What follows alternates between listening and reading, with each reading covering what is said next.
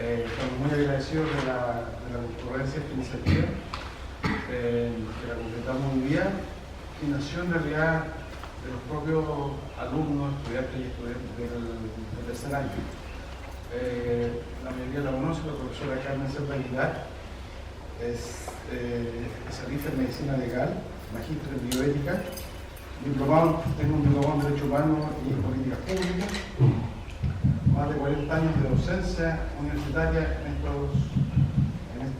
estos temas, y actualmente es la directora del Departamento de Anatomía y Medicina Legal de la Facultad de Medicina de la Universidad de Chile. Y quizás más importante que todo eso, yo sé que para la gente es acá muy importante, ella es pesquista. Estudió acá medicina a principios de los 70, la estudió acá, y después siguió con su derrotero de formación y enseñanza. Y a partir de este año hemos tenido la suerte de contar con ella en nuestro cuerpo académico, haciendo el curso de aspectos generales de la medicina legal, que se da en nuestro ramo Maya, que se da a los alumnos de tercero. Entonces, en esta serie de actividades que hemos estado haciendo como carrera, en vista de la reanudación de las actividades que va a ser el mes siguiente, pero hemos querido mantener el contacto como comunidad, entre estudiantes, académicos, administrativos y todo el personal que la configura, y también la facultad en general. Las diferentes actividades que hemos hecho, el tema de la contención emocional, psicológica, el conversatorio ampliado sobre la solución que tuvimos, las charlas de la gente del TEC sobre los derechos de detención en contexto de movilización, y también algo sobre el debate constituyente que se empezó. Y ahora continuamos con esta charla que se titula Derecho Humano y Medicina Legal en tiempos de crisis, que lo va a dar nuestra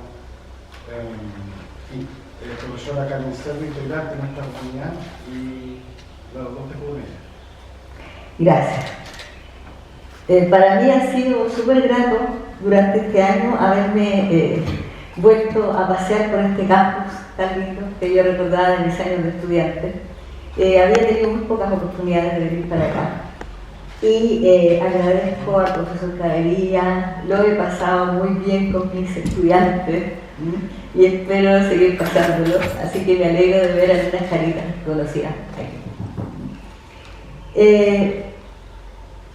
La medicina legal está muy ligada al cuidado de los derechos humanos, y lo que yo les voy a contar hoy día es cómo se entremezcla, cómo puede contribuir la medicina legal a la observancia de los derechos humanos y al cumplimiento de los derechos.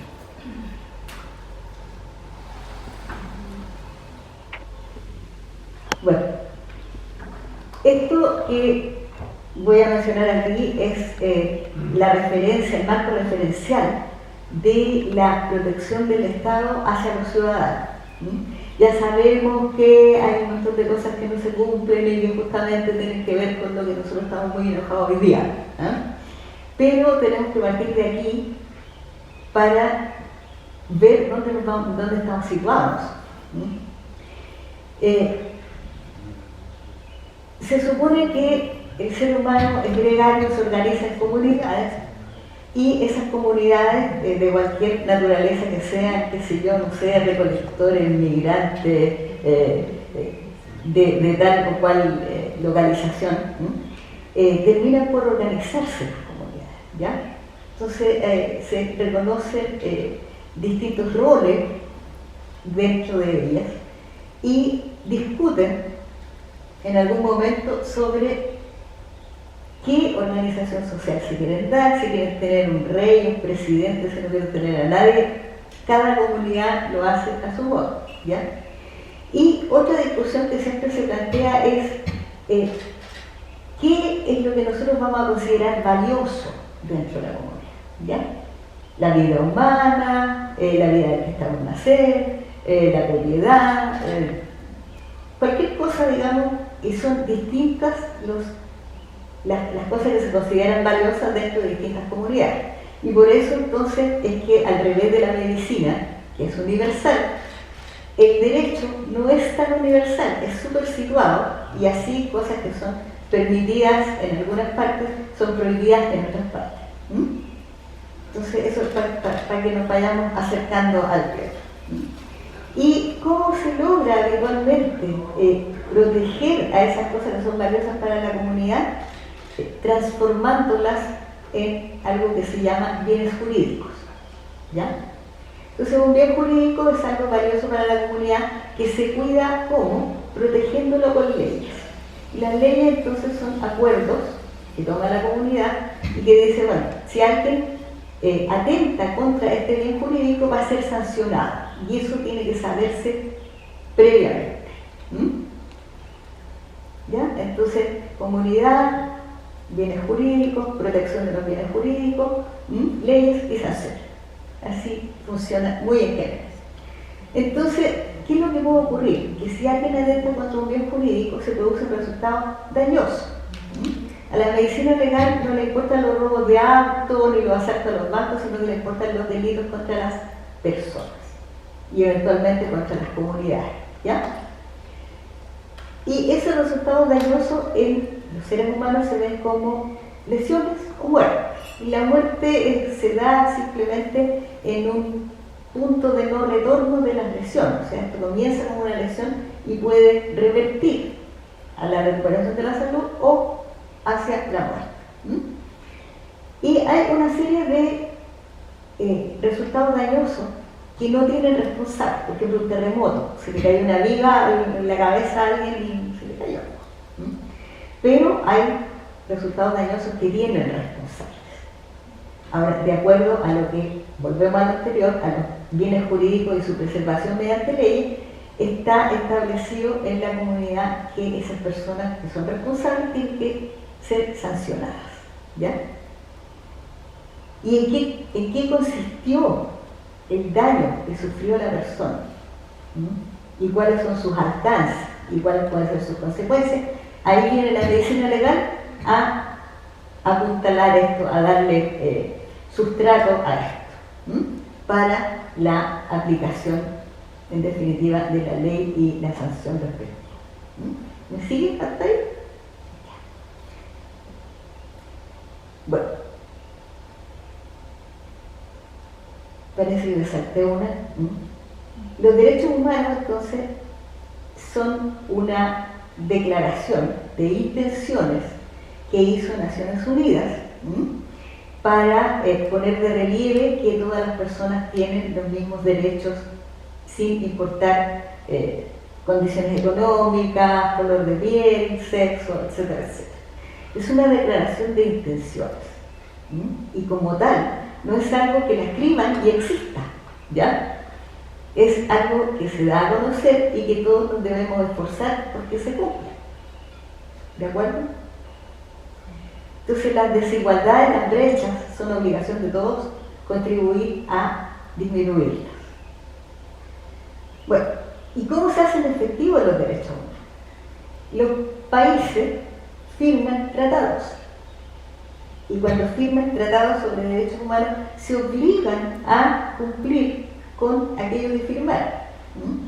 Entonces, ¿qué es lo que pasa? En el interior de los países tienen que generarse leyes, el Estado tiene que favorecer la generación de leyes que protejan los derechos humanos.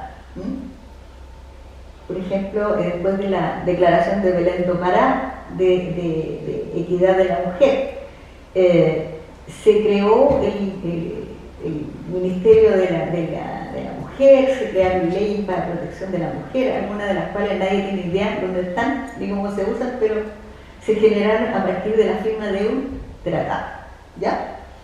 Entonces, las obligaciones se cumplen hacia todas las personas que están dentro de la jurisdicción del país mediante estas leyes ad hoc para la protección de derechos humanos. Y el país también se obliga a tener recursos judiciales para vigilar que se cumpla. Y también se obliga a dejar que vengan personas de afuera del país a ver cómo se está cumpliendo esto. Entonces, en todo lo que hemos vivido se han producido situaciones que se ciñen a esta regla y situaciones que van en contra de esta regla.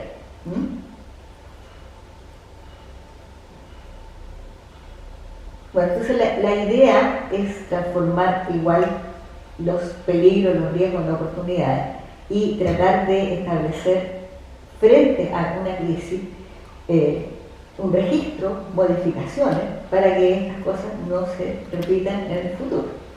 Y eso es lo que yo como académica y ustedes como estudiantes tienen que tener presente para lo que venga.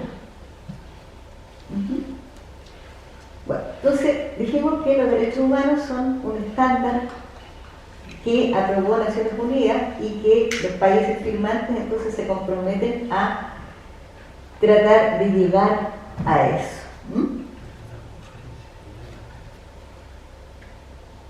Bueno, si el país, su Estado, no ejerce esta protección, se produce muchas de las cosas que hemos visto que suceden, no solamente en Chile, sino en muchos otros países, que hay incumplimientos que pasan piola, por decirlo así, que se dejan pasar porque no existen las estructuras, no están dispuestas las estructuras para hacerlas cumplir, ¿ya?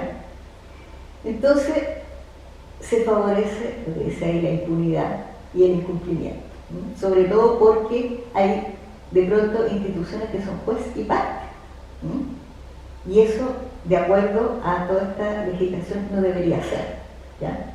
O sea, por ejemplo, Carabineros no puede investigar un supuesto delito cometido por Carabineros, tiene que ser otra institución la que investigue. Y si no hay aquí, entonces el haber firmado tratados de derechos humanos permite que fuera del país se busque alguna instancia que sea imparcial.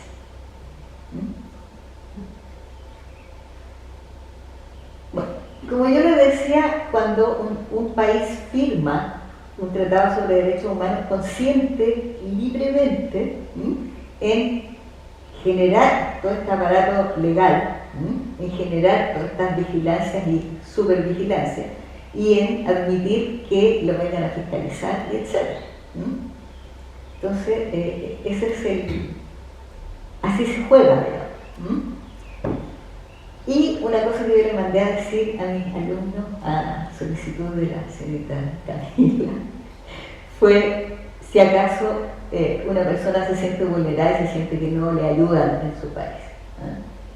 Toda persona tiene derecho a buscar ayuda fuera del país en organizaciones, en organismos internacionales de derechos humanos, si es que siente que aquí no encuentra algo. Es decir, no necesita ser especial, tener mucha plata, no, toda persona puede hacerlo. Y lo puede hacer hasta por internet, creo que les mandé la página. Bueno, por otra parte, ¿qué es lo que es la medicina legal? Mi injerto de es la suma de todos los conocimientos biológicos y médicos, pero destinada a resolver cuestiones legales y problemas puntuales legales. Con cuestiones legales me refiero a, por ejemplo, si se está discutiendo una ley sobre eutanasia, o sobre aborto, o sobre internación no voluntaria de pacientes psiquiátricos, o lo que sea. La medicina legal tendría que ser convocada para que explicara cuáles son los riesgos versus los beneficios de, y cómo se tendría que cautelar los derechos de esa persona, por ejemplo, una persona que tiene capacidades mentales disminuidas, o un menor. ¿Cómo se tendría que comprobar y vigilar eso? ¿Y en qué condiciones es mejor que esté en la comunidad o esté afuera? ¿Ya? Eso aquí se hace muy rara vez, digamos, pero existe ese rol de la medicina legal en el mundo. Por otra parte, se estudian las transgresiones, es decir, cuando hay una persona que ha sido dañada, vulnerada de alguna manera, la medicina legal estudia los efectos físicos, mentales, que han sucedido en esa persona a propósito de esta agresión, los mide, los pesa, los comunica a las instancias interesadas, que son generalmente los tribunales, para que los tribunales tomen la decisión de si esto fue accidental, fue autoinferido, fue inferido por terceros. y cuál es la sanción que corresponde a la luz de las leyes del país. Y también, entonces, la medicina legal hace recomendaciones, por ejemplo, que también no siempre se cumple con esto. Imagínense que una empresa quiere instalar una industria en tal o cual parte y emite contaminantes. Entonces, la medicina legal es consultora sobre si eso hace daño, no hace daño, cómo se mitiga, qué elementos se pueden cambiar por elementos menos contaminantes o no contaminantes en absoluto, y cómo se mide, cómo se monitorea el riesgo de las comunidades que pueden vivir ahí.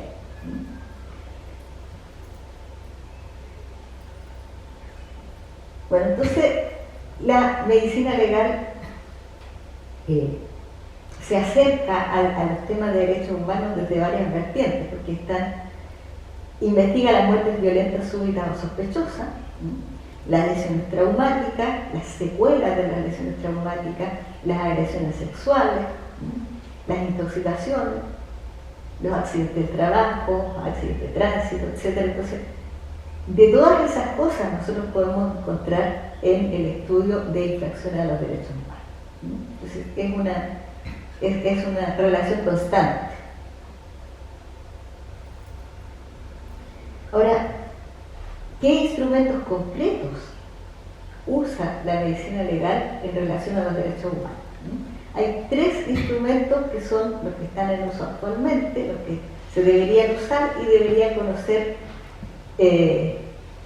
tanto el público en general, los medios de comunicación, las policías, el Estado y todos los que puedan ser dañados y los que están supervisando toda esta situación.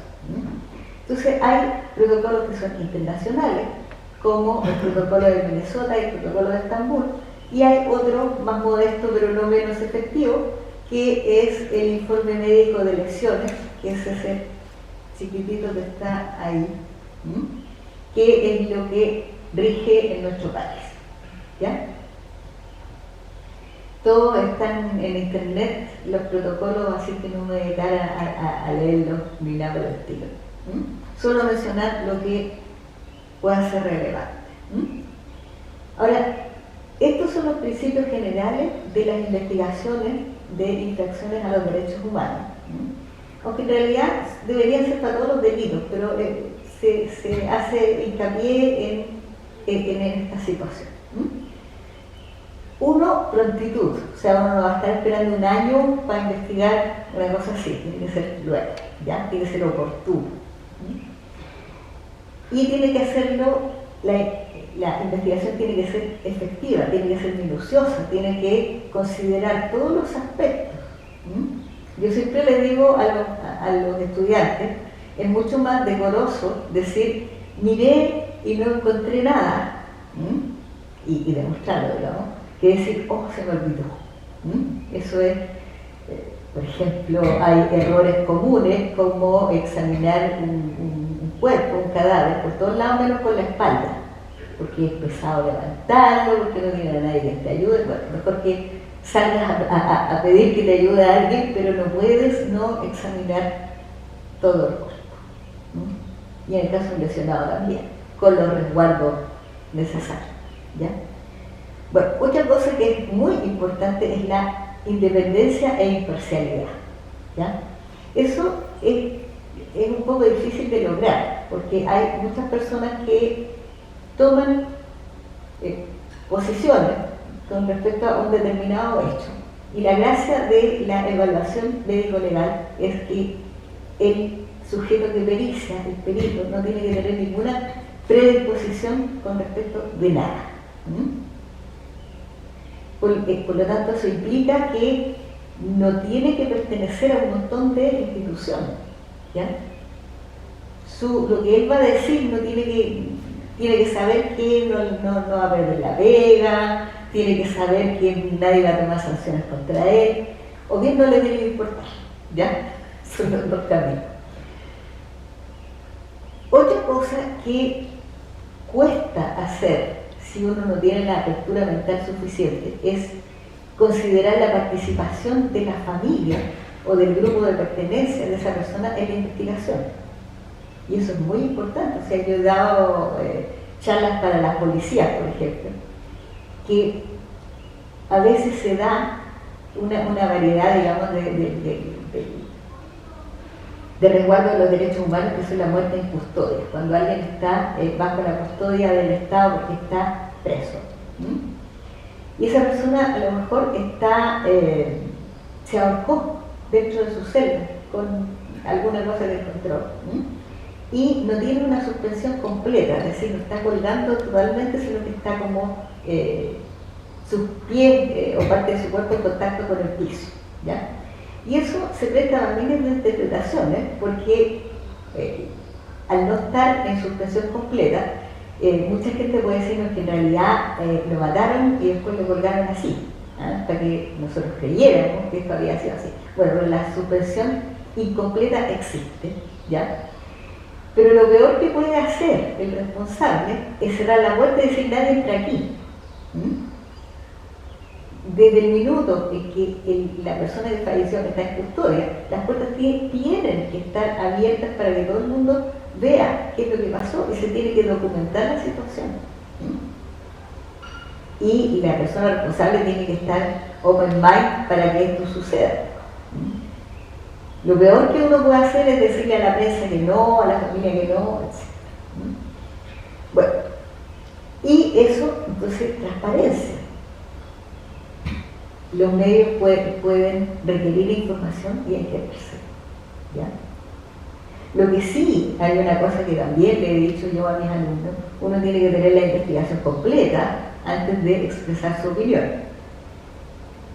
Porque existe también varios fenómenos que son psicológicos incluso, como el fenómeno de anclaje. A ti te cuentan una cosa y tú te quedas con esa idea pegada, que a mí me pasó, digamos, muchas veces yo eché a un lugar a ver un cadáver y me decían: no, esta cuestión es un suicidio. Entonces yo cierro mi mente para las otras posibilidades.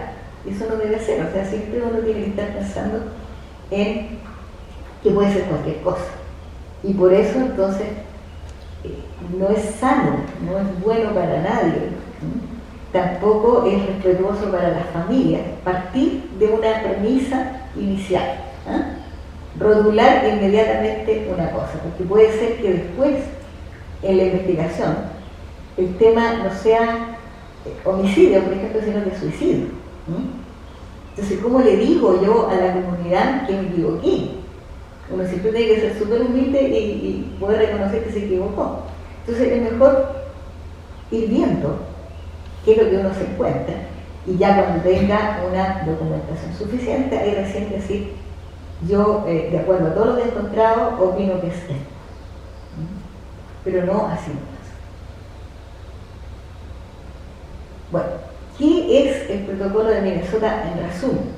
Es un conjunto de normas para investigar las muertes que podrían ser ilícitas, sobre todo aquellas en que podrían haber intervenido agentes del Estado, ¿ya? Y se llama así, Principio de las Naciones Unidas relativa a la investigación eficaz de las muertes, de las ejecuciones extralegales, arbitrarias o sumarias. Se está dirigido más bien a eso, para que se sepa, para que haya transparencia, para que todo el mundo sepa lo que pasó, para que se sancione a las personas responsables. Entonces está orientado a evitar que los funcionarios del Estado se aprovechen de esta situación, digamos, y decidan correr con colores propios para saltarse los conductos regulares, ¿ya? Entonces, para lograr eso, la investigación tiene que ser independiente. Incluye, y eso ahí viene mi rol, protocolos bastante estrictos de cómo se tienen que hacer las autopsias, cómo se tienen que hacer las exhumaciones, justamente para demostrar lo que hay y lo que no hay. Hay muchos colegas míos, y en clínica también, en responsabilidad médica también, que dicen yo pongo solamente lo positivo. ¿Ah? Y eso crea una enorme laguna de cosas que tal vez podrían estar y no se sabe si estaban o no estaban porque la persona decidió no anotarla. Entonces muchas veces, como pasó con los fallecidos del año 73, resulta que cuando yo salí de la universidad nadie estaba consciente de que existían detenidos desaparecidos y empezaron a aparecer muchísimos años después. Entonces la documentación relativa a eso se conoció y se investigó 20, 30 años después. Entonces si no estaban los datos, era súper difícil poder guiar una investigación decente, porque, bueno, había gente que era muy minuciosa y anotaba todo, pero había mucha gente que no unía nada. Entonces, qué sé yo si lo miró, qué sé yo si le tomó la huella, qué sé yo si le vio la dentadura, qué sé yo, ¿ya?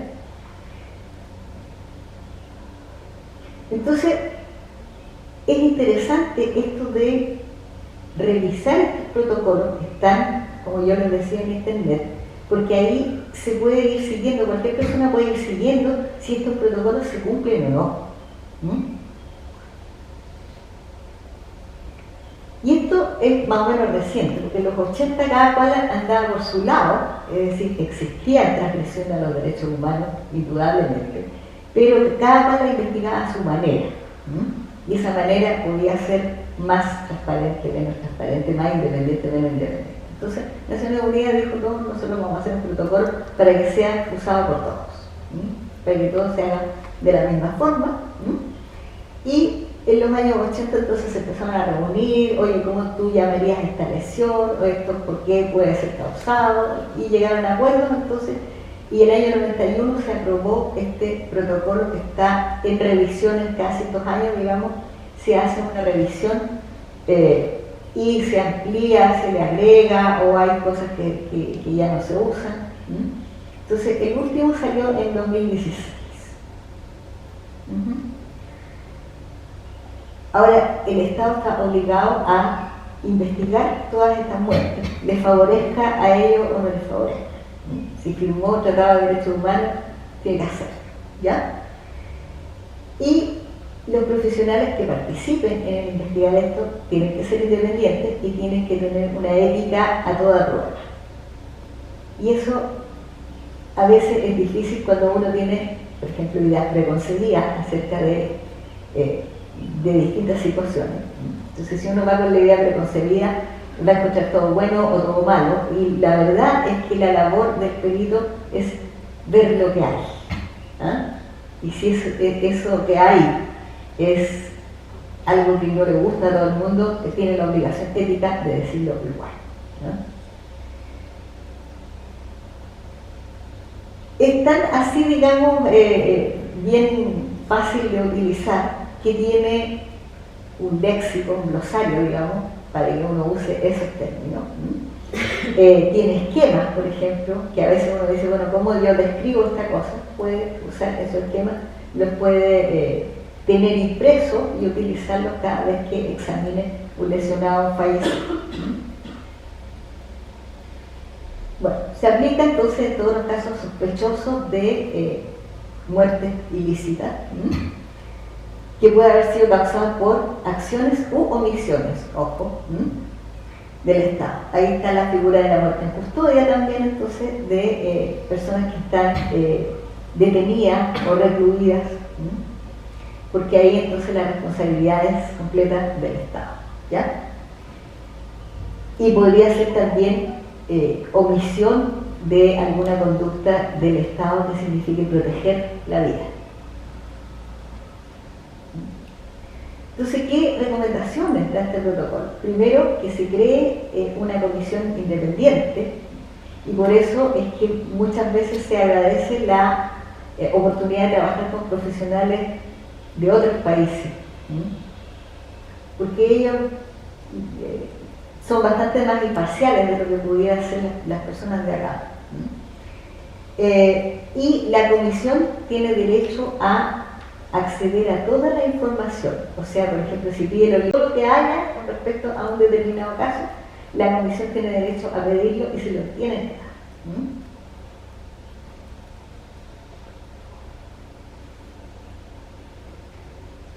Bueno, el informe que se genere después de eso puede ser usado entonces por las instancias legales locales para determinar las sanciones respectivas. Si el médico encuentra cualquier cosa que puede ser ilícita, lo tiene que informar, pero lo tiene que informar por escrito. O sea, nada de a mí me parece que, yo creo que, podría ser, o sea, o te tiras al agua o te tiras al agua. Y eso, hay gente que le cuesta, digamos, un poco decidirse, sobre todo los profesionales de la medicina, porque en leyes te rayan el metro cuadrado y te dicen esto es delito, esto no es delito, ¿ya? En medicina no, en medicina todo puede ser. Si de repente le dice, bueno, pero puede haber una enfermedad infecciosa que a la vez sea tumoral, podría ser, pero lo que te está preguntando acá es algo concreto que afectó a una persona específica, entonces no puede ser tan vago. Y al médico le cuesta mucho. Entonces hay que, para meterse en esto, hay que desentrenarse de la actividad clínica y reentrenarse en esto otro, que requiere mucho más objetividad. Ahora, hay que darles tiempo. Yo no sé si ustedes recuerdan la revista.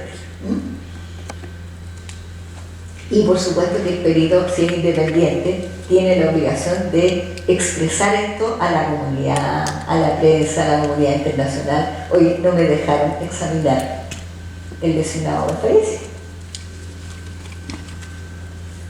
Bueno, estas son algunas de las recomendaciones, no las vamos a explorar todas, ¿no? Fotografiar cada paso de la autopsia. Tiene que haber un registro fiel de todo lo que se hace, ¿ya? Donde se encuentra en la piel, en el tejido subcutáneo, en los planos musculares, plano por plano, ¿no? Entonces son autopsias que se demoran mucho, se demoran varias horas.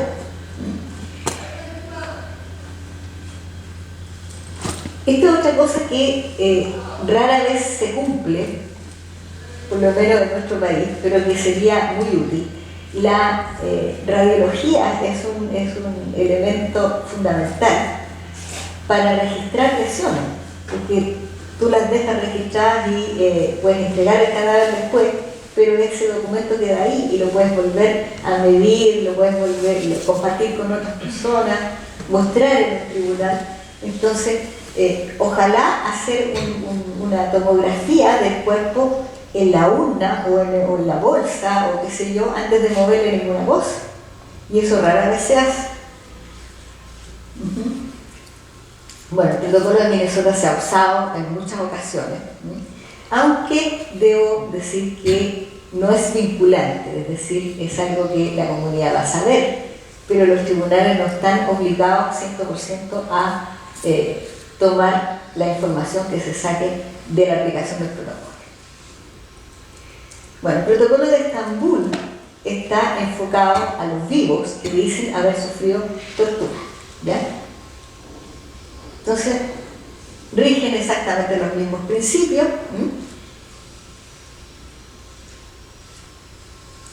Y aquí vienen una serie de cosas que se han escuchado como chispazos en la tele, pero que es bueno tener presente. Por ejemplo, los actos que constituyan crímenes de lesa humanidad, que sería lo que se persigue en casos de derechos humanos, tiene que ser, por ahí salió un expresidente diciendo que le parecía que los ataques no habían sido sistemáticos, ¿ya? Bueno, para que puedan ser incluidos dentro del grupo de crímenes de lesa humanidad, se tiene que demostrar que los ataques fueron sistemáticos, ¿ya? Y no solamente se trata de homicidio, sino que de deportación de personas, reclusión de personas, aislamiento de personas, a propósito de algún fin que no tiene que ver, digamos, con la intención de esas personas de hacer las cosas por sí mismas. Entonces, de los agentes del Estado contra una población civil, ¿ya? Que puede tener militares al medio, digamos, pero si hay una población civil, sigue siendo civil. Entonces, tiene que ser de conformidad con la política de Estado, no porque a alguien se le ocurrió por allí. Entonces, por eso es tan importante determinar si había un plan o si se trata de cosas aisladas. Bueno, el examen médico consiste en una entrevista estructurada que sale en el protocolo, por cierto. Se ve la ficha clínica, los antecedentes médicos que pueda tener la persona, se le hace un examen físico general y si se le hace un examen destinado a comprobar las lesiones, ¿no? Eso significa algo que tiene mucha carga emocional, que es estar al tanto de los métodos de tortura. Entonces es como pasar leyendo novelas de terror, porque la maldad del ser humano puede llegar al límite increíble, se lo hace. Entonces uno nunca va a descubrir una secuela de una tortura si no tiene idea cómo son las torturas. Y ahí entonces después se pueden requerir pruebas de diagnóstico especializadas, como por ejemplo si uno está investigando un estallido de tímpano, tiene que pedir audiometría y cosas así. Bueno, ¿y qué es lo que hace entonces el médico examinador con esta información? Ve si hay una correspondencia entre lo que dice la persona que le pasó y los síntomas y signos que tiene. Hay una patología, digamos, que encontraron los psiquiatras después de la Segunda Guerra Mundial que se llamaba neurosis de guerra, ¿ya? Entonces eran soldados que estaban tan mal por su rol como soldados que se negaban a ir a pelear y se iban para casa. Entonces también después siguió una cosa que se llamaba neurosis de renta, es decir, cómo yo puedo alegar que estoy profundamente lesionado en circunstancias que no, porque no quiero volver a trabajar. En los casos de ellos no quiero volver a la guerra, y eso podía ser explicable por elementos psicológicos y psiquiátricos o simplemente porque no quería. Entonces por eso es que el examinador tiene que ver si hay correspondencia entre lo que se encuentra en la persona y lo que dice que le pasó.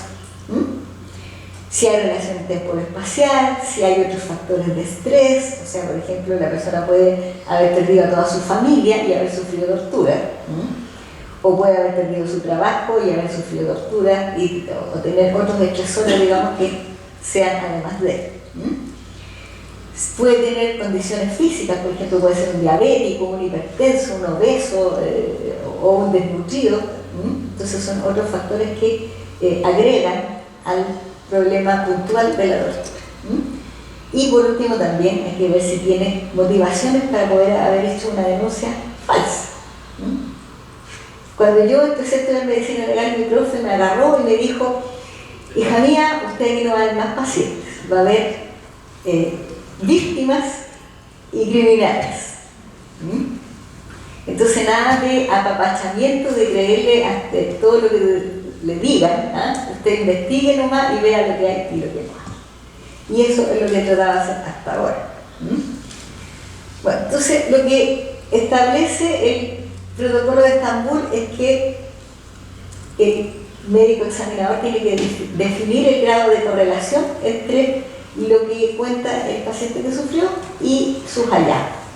Entonces ahí puede caer básicamente en tres grandes categorías. Hay relación, no hay relación, no se puede determinar. Con compatibilidades intermedias, digamos, porque puede haber una cosa que pueda producirse por lo que dice el paciente, pero también puede tener otras causas. Bueno, aquí viene otra cosa, que son las obligaciones legales de todos los médicos. Aquí nos metemos en chiquito, ya nos dejamos de ir a Estambul y a Venezuela. La obligación de denunciar, es decir, si un médico que ya tiene el título de médico, no me estoy refiriendo a los estudiantes de medicina, recibe un lesionado que tiene lesiones graves y o tiene el sospecha que puede haber acción de tercero, y tiene la obligación de denunciar al Ministerio Público que atendió ese paciente, ¿ya? Y si no lo hace, se arriesga a que lo multen o a que lo enjuicien como cómplice o encubridor. Ojo. O sea, no es tan simple decir A mí me parece que esta persona es Robin Hood, entonces no lo voy a denunciar porque es Robin Hood, ¿ya? Tiene su riesgo. Y Chile tiene un código penal que dice que el que lesione a otro o el que mate a otro tiene ciertas sanciones. Y hay, como ya les decía al principio, categorías de sanciones que están previamente consignadas en el código. O sea, la persona que lesiona a otra no es que vamos a pensar qué pena le vamos a aplicar. Se sabe perfectamente, horror, la ley se presume conocida por todos. Uno no se lee el código penal cuando está en la playa, pero lamentablemente desde que una ley se promulga, se presume conocida por todos. Entonces nadie puede decir, es que yo no sabía. Bueno, usted vive aquí, si vive aquí, la tiene que conocer. Así funciona. Bueno, entonces el rol de los profesionales de la salud es reconocer que un caso puede tener aspectos médico-legales. O sea, si llega un accidentado de tránsito, seguro que va a haber algún reclamo judicial después. Entonces, tengo que cumplir yo con el examen médico de lesión. Tengo que buscar e identificar evidencia. O sea, si le saco una bala, ¿ya? Esa es una tremenda evidencia. Entonces, no la puedo botar, no la puedo dejar encima de un mesón, tampoco se la puedo entregar al lesionado. Tengo que guardarla con cadena de custodia y enviarla al Ministerio Público. El otro día estuve conversando con un grupo de estudiantes que estaban atendiendo a lesionados y decían, no, es que yo se lo entregué al paciente. Bueno, ¿qué va a pasar con el principio de inocencia del imputado y con el defensor del imputado? Porque todo eso son elementos legales que existen y que están vigentes. El defensor se te va a ir encima y te va a decir, bueno, pero y si te sacaste el bolsillo y eso es lo que trae el tribunal. Entonces, por eso la importancia de resguardar la evidencia con cadena de custodia. Yo estoy feliz hablando, pero no tengo idea de la hora. No tengo idea si están aburridos o no. ¿Qué? Le doy que ya. Bueno, y además entonces de la cadena de custodia tiene que haber una documentación y preservación de evidencia, o sea, tiene que haber un registro de quién sacó qué, a qué paciente, y eso tiene que quedar escrito en su dato de atención de urgencia y en su informe de constatación de lesión. Entonces la constatación de lesiones sirve, este es el Ministerio Público o el veedor de derechos humanos o el que sea, bueno, yo no tengo idea qué pasó, cuéntenme, y si no hay ningún registro, no tenemos más que hablar. Bueno, una lesión tiene muchas dimensiones y una de las cosas fundamentales que hay que tener frente a esto son las 7 preguntas de oro, que no solamente sirven para la criminalística, sino que también sirven para estudiar matemáticas, para aprender en cocina, no sé. ¿Qué, quién, cuánto, dónde, por qué, con qué, etc. Entonces eso funciona para todo. Y también funciona para las lesiones. Entonces, cosas importantes que hay que consignar frente a cada lesión es si había riesgo vital o no. ¿Cuánto se va a demorar en sanar? ¿Cuánto tiempo se va a demorar en volver a trabajar? ¿Con qué secuelas va a quedar? Hay lesiones que no dejan secuelas, ¿ya? Y hay otras que te invalidan y te incapacitan para toda la vida. ¿En qué circunstancias? Existe, por ejemplo, la figura del homicidio en riña. Los dos estaban peleando y tenían la misma posibilidad de matarse y uno le ganó al otro. Murió en su ley, ¿ya? En cambio, existe la premeditación, la alevosía, el ensayamiento. Entonces, si nadie registra eso, después este Ministerio Público y los jueces van a decir, bueno, pero ¿de qué me están hablando? ¿Cómo yo le otorgo una pena a este personaje si no sé si los datos que hay me sirven para homicidio en riña o para homicidio calificado? Condiciones personales, si hay responsabilidad, todo eso, digamos, debería quedar registrado en este informe.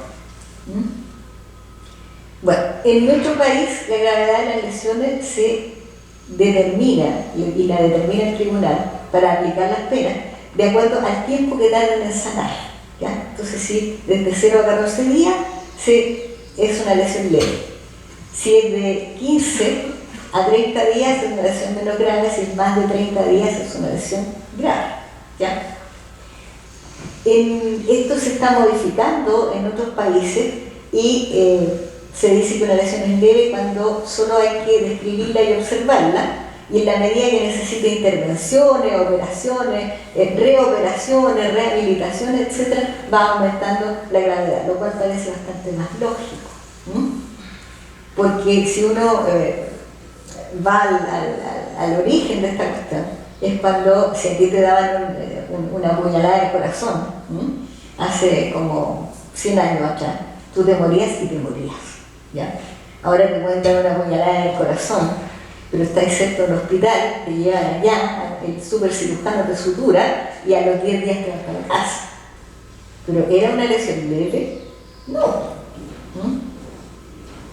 Entonces lo que hay que considerar es el riesgo vital y si acaso amenazó órganos vitales, y qué es lo que habría pasado si no lo hubieran tratado. Bueno, la documentación de lesiones ya les expliqué un poco para qué servía. Sirve para hacer permanecer estas lesiones en el tiempo, más allá de lo que la biología hace, que es repararlas. Y si la lesión entonces alcanza cierto punto, va a terminar en muerte. Los métodos de documentación pueden ser escritos, ojalá sean varios, ¿no? Fotografía, imágenes. Estos son los pasos de la documentación de lesiones, es decir, en qué parte del cuerpo está. Ojalá dimensionar más exactamente en qué parte del cuerpo está, qué lesión es, qué forma tiene, qué tamaño tiene, si tenía cuerpos extraños o no, porque todo eso sirve entonces después para presentarlo en el tribunal y que los jueces determinen qué sanción le corresponde. La ubicación anatómica, ahí tienen, digamos, unos lesionados, entonces en que se mide a ciertos puntos de referencia, el tamaño de las lesiones, en qué región está ubicada, etc. Por si acaso yo dejé la presentación aquí, por si alguien se la quiere llevar o quiere que se la mande, y ahí lo pueden leer como acá. Esto es simplemente un manual de cortapalo, y uno puede tener la duda, la persona dice que se quemó con ácido, o que la quemaron con ácido. ¿Qué lesión tendría que tener? Voy a buscar ahí, una quemadura, porque los ácidos producen quemadura. Entonces, ¿qué es lo que tiene? Tiene una herida, ¿ah? No le viene, ¿ya? Otra cosa interesante es ver qué tiempo de evolución tienen las lesiones, por eso de la relación temporal con la agresión y lo que estamos viendo en el examen. Si es una lesión, por ejemplo, que lleva varias horas, una herida, va a tener una costra, ¿ya? Pero después de varios días se va a desprender la costra y va a tener una cicatriz, ¿ya? Entonces, si me dicen, es que me lesionaron ayer, va a tener un tipo de lesión. Si me lesionaron el mes pasado, va a tener otro aspecto de la misma lesión, ¿ya? Bueno, este es el modelito del informe de lesiones que tiene que llenar el médico. Descripción del examen. Eso está en revisión ahora con, por ejemplo, la gente que ha estado en Plaza Italia, los estudiantes de Derecho o los estudiantes de Medicina están revisando si existen los datos completos. Ahora hay instituciones como el Colegio Médico que fabricó su modelito y yo no sé si se atiene a esto, que es lo que usa el Ministerio Público. Origen de la lesión según el relato del lesionado y según apreciación clínica. Ahí tuvimos una discusión. El lesionado puede decir lo que le ocurrió y puede decir exactamente lo que quiera, ¿ya? En cuanto, por ejemplo, al autor de sus lesiones. Puede decir fue mi papá, puede decir fueron los carabineros, puede decir fue el gendarme, puede decir lo que libremente, lo que él le parezca, lo que opine, lo que realmente ocurrió, qué sé yo. Y eso va, entre comillas, en esta parte. Ahora, según apreciación clínica, y aquí hemos tenido unas pequeñas discusiones, el médico, a menos que haya sido testigo, existen las siguientes variedades: autoinferida, accidental y por acción de terceros. No existe la figura de por acción de gendarmería o por acción de carabinero, solo acción de terceros. ¿Ya?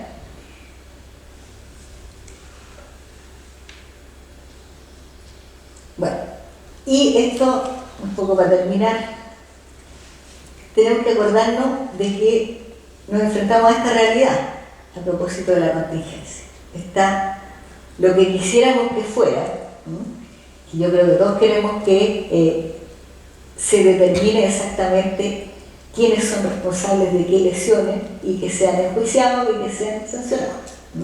Yo creo que todos queremos eso.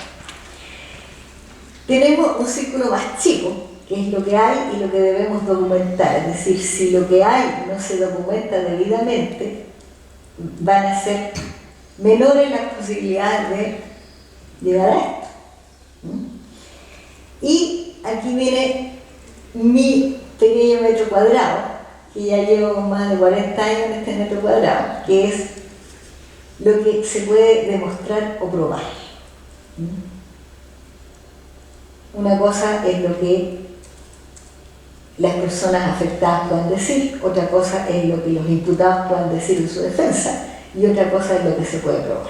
Ayuda a probar que haya una buena documentación, y si no la hay, va a ser muy difícil demostrar o probar en este metro cuadrado. Bueno, eso era básicamente lo que yo quería contarles hoy día. Muchas gracias. Se aceptan preguntas, consultas, planes, críticas y etc. Bueno, primero que nada, muchas gracias. Yo soy del área social y para mí generalmente informativa de las tablas se las junto y muy amena. Me llevo dos consultas. Una que es estrictamente del orden jurídico y que no he podido aclarar, y yo creo que su experiencia podría ayudar. Cuando se dice que generalmente lo que he escuchado de abogados especialistas es que el Estado es el único violador de derechos humanos probablemente tal. Pero he tenido dudas si, por ejemplo, hay un grupo que de hecho ejerce funciones estatales en un territorio dado, llámese, supongamos, un sendero luminoso, un grupo guerrillero, o paramilitares en Colombia. ¿No puede ser también violador de derechos humanos? Esa es mi primera pregunta. La segunda, los protocolos que usted citó rigen desde el momento en que una persona que tiene una función responsable encuentra o es informado de la presencia de una persona herida, lesionada o muerta. Porque si uno, por ejemplo, mueve inapropiadamente un cadáver, puede alterar la evidencia, ¿no? Sí, claro. O sea, el protocolo rige desde el momento que es localizado. El protocolo debería regir, y sería lo mejor, desde que es localizado el cuerpo, porque en esa instancia uno tiene la mejor posibilidad de documentar y de preservar evidencia. Ahora, tampoco hay que ponerse a llorar y decir, oh, no podemos hacer nada con esto, siempre algo se puede hacer.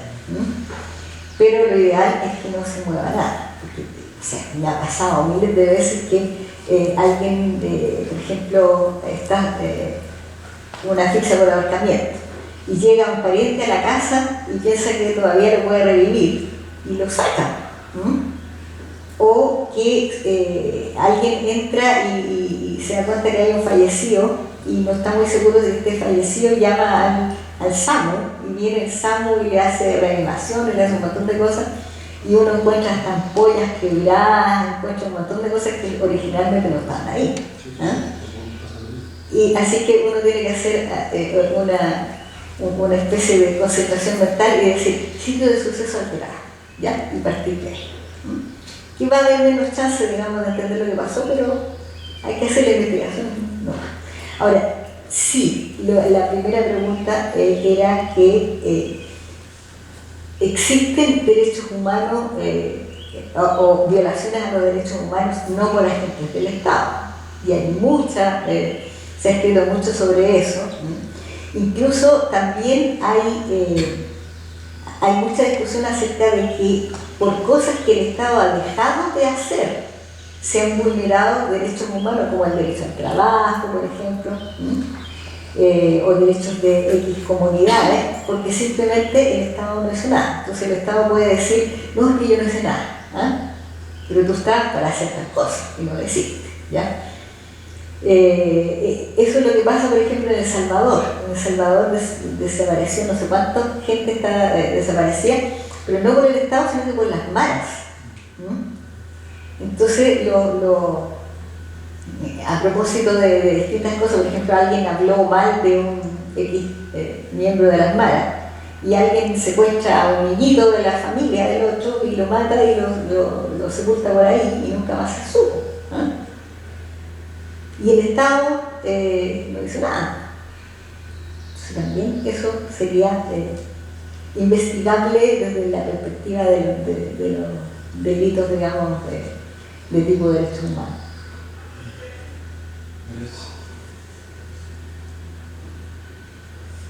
¿Alguna pregunta más?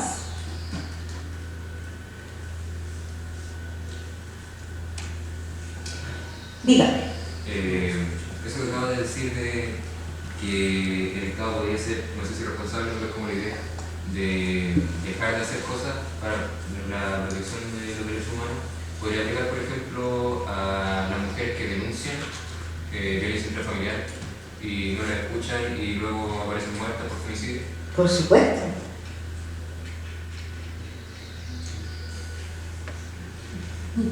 Yo quería preguntarle, usted dijo que esta charla o como variantes similares la hizo con gente que estaba haciendo trabajo de contención y primer auxilio en las manifestaciones.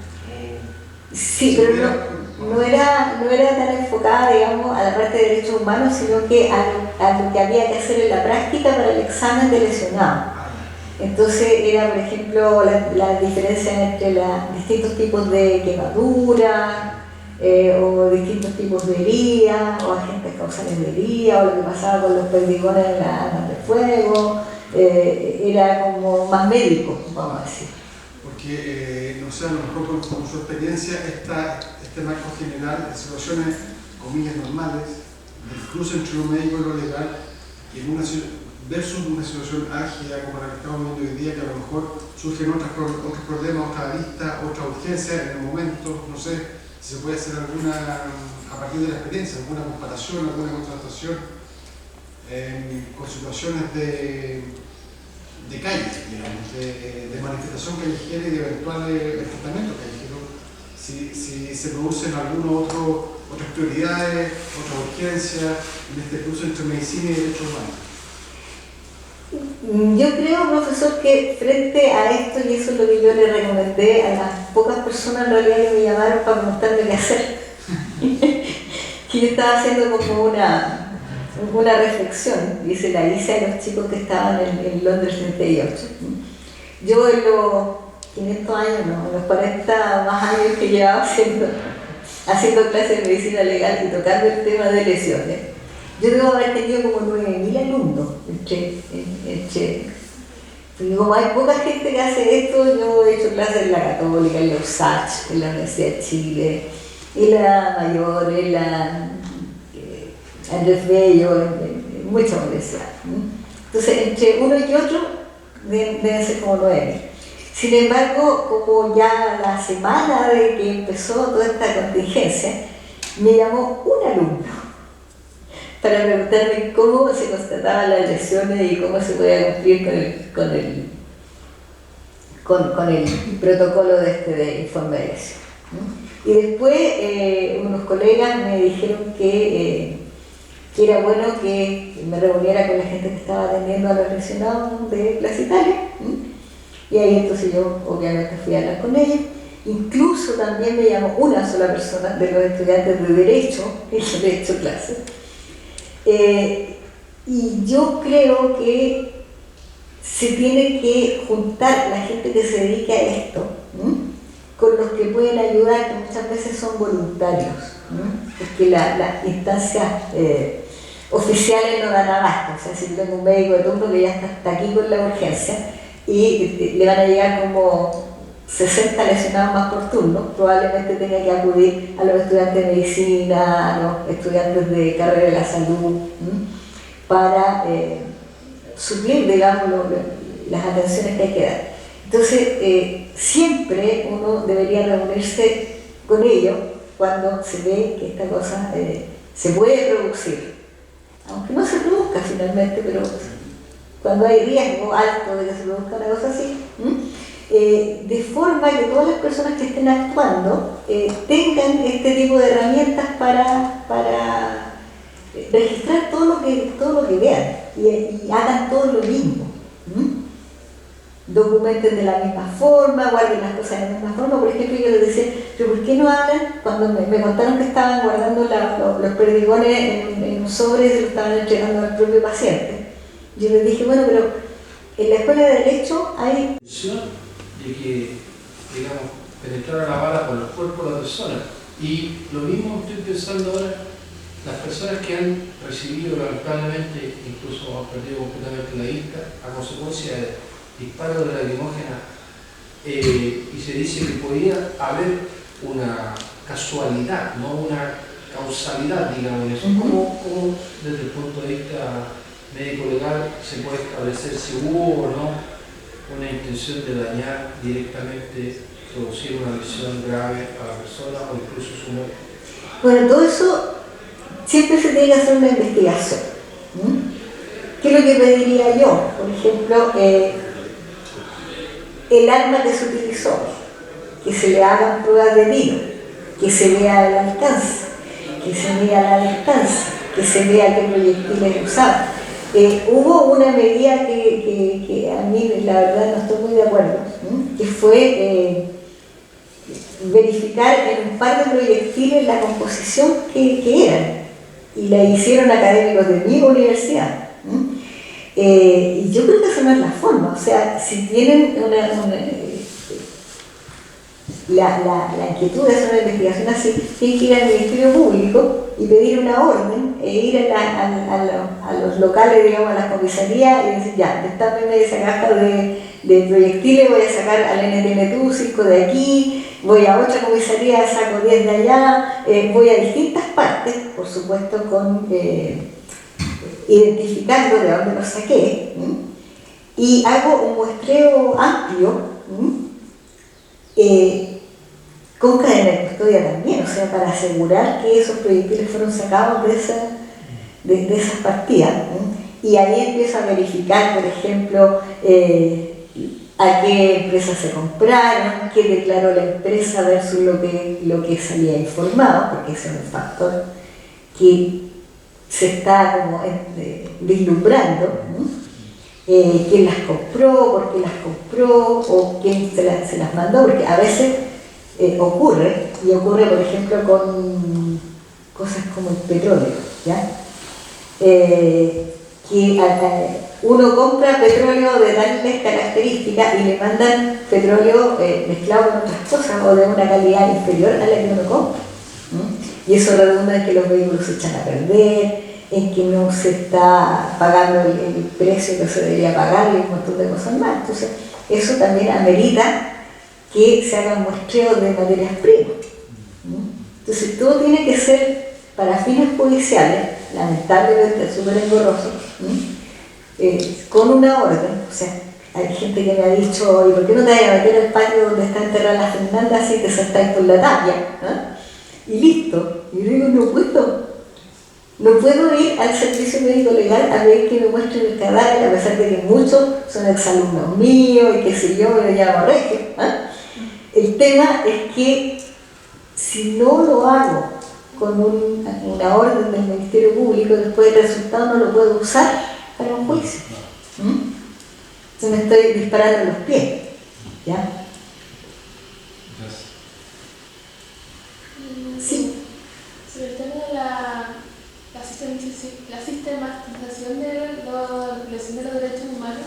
o sea, algo que viene con como la pregunta en la pregunta de que siempre es como está la pregunta ¿qué se considera la sistematización de los derechos humanos? Que no es constante, no es muy constante. Quisiera saber cómo se podría definir en este mismo contexto si la violación de los derechos humanos a los manifestantes a los suprimismos es sistemática.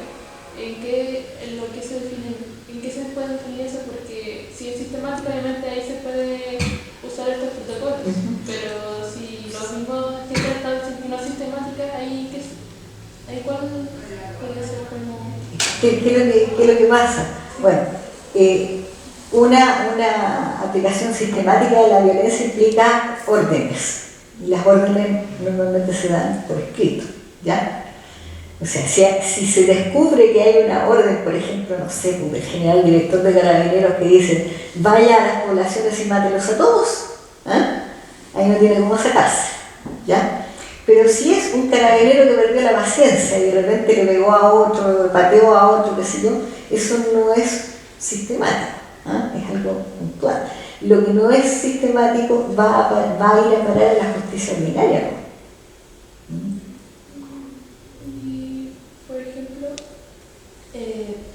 Si no sé, por ejemplo, se capta a los mismos carabineros diciendo, no sé, dispárale a todos, y esto lo dictan varios carabineros y ellos empiezan a hacerlo, y si se capta, ¿eso se podría considerar sistemático o simplemente como un derecho ordinario? O sea, como un delito de...